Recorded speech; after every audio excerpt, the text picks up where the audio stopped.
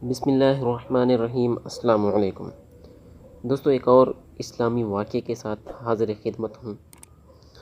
دوستو، اس ویڈیو میں آپ کو بتانے والا ہوں کہ صحابہ رضی اللہ تعالیٰ عنہم اجمعین ایک دوسرے سے کیسے پیار کرتے تھے اور کیسے کیسے ایک دوسرے کے لیے قربانیاں دیتے تھے۔ دوستو، نبی اکرم صلی اللہ علیہ وآلہ وسلم ایک غزوہ سے واپس تشریف لا رہے تھے۔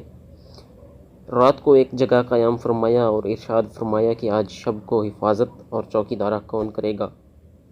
ایک مہاجر اور ایک انصاری حضرت عمار بن یاسر رضی اللہ تعالیٰ عنہ اور دوسرے حضرت عباد بن بشر رضی اللہ تعالیٰ عنہ نے عرض کیا کہ ہم دونوں کریں گے۔ حضور پاک صلی اللہ علیہ وآلہ وسلم نے ایک پہاڑی جہاں سے دشمن کے آنے کا راستہ ہو سکتا تھا بتا دی کہ اس پر دونوں قیام کرو۔ دونوں حضرات وہاں تشریف لے گئے۔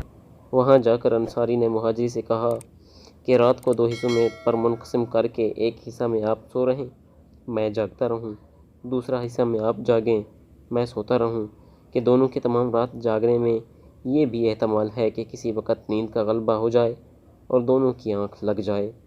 اگر کوئی خطرہ جاگنے والے کو محسوس ہو تو اپنے ساتھی کو جگا لے۔ رات کا پہلا آدھا حصہ انصاری کے جاگنے کا قرار پایا اور مہاجری سو گئے۔ انصاری نے نماز کی نیت باندھ لی۔ دشمن کی جانب سے ایک شخص آیا اور دور سے کھڑے ہوئے شخص کو دیکھ کر تیر مارا۔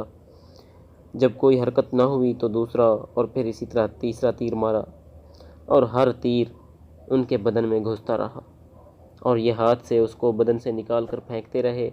اس کے بعد اطمینان سے رکوع کیا، سجدہ کیا، نماز پوری کر کے اپنے ساتھی کو جگایا۔ اللہ اکبر!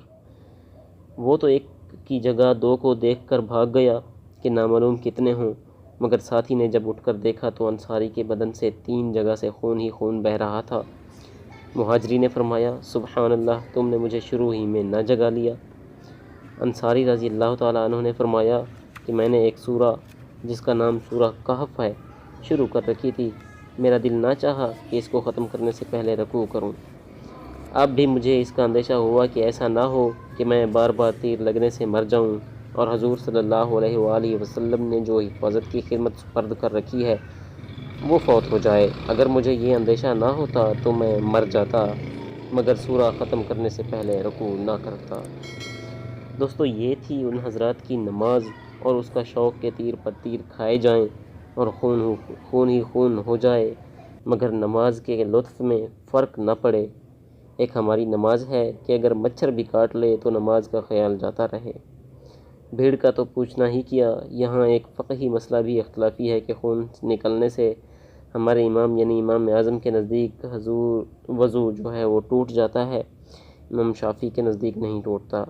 ممکن ہے کہ ان صحابی کا مذہب بھی یہی ہو یا اس وقت تک اس مسئلہ کی تحقیق نہ ہوئی ہو کہ حضور اکرم صلی اللہ علیہ وآلہ وسلم اس مجلس میں تشریف فرما نہ تھے یا اس وقت تک یہ حکم بھی ہوا نہ ہو۔ دوستو، یہ ان کی نماز تھی۔ اگر ہم بھی ایسے ہی نمازی بن جائیں تو کیا کہنے۔ سبحان اللہ! اللہ ہمیں صحابہ اکرام اور حضور پاک صلی اللہ علیہ وآلہ وسلم کی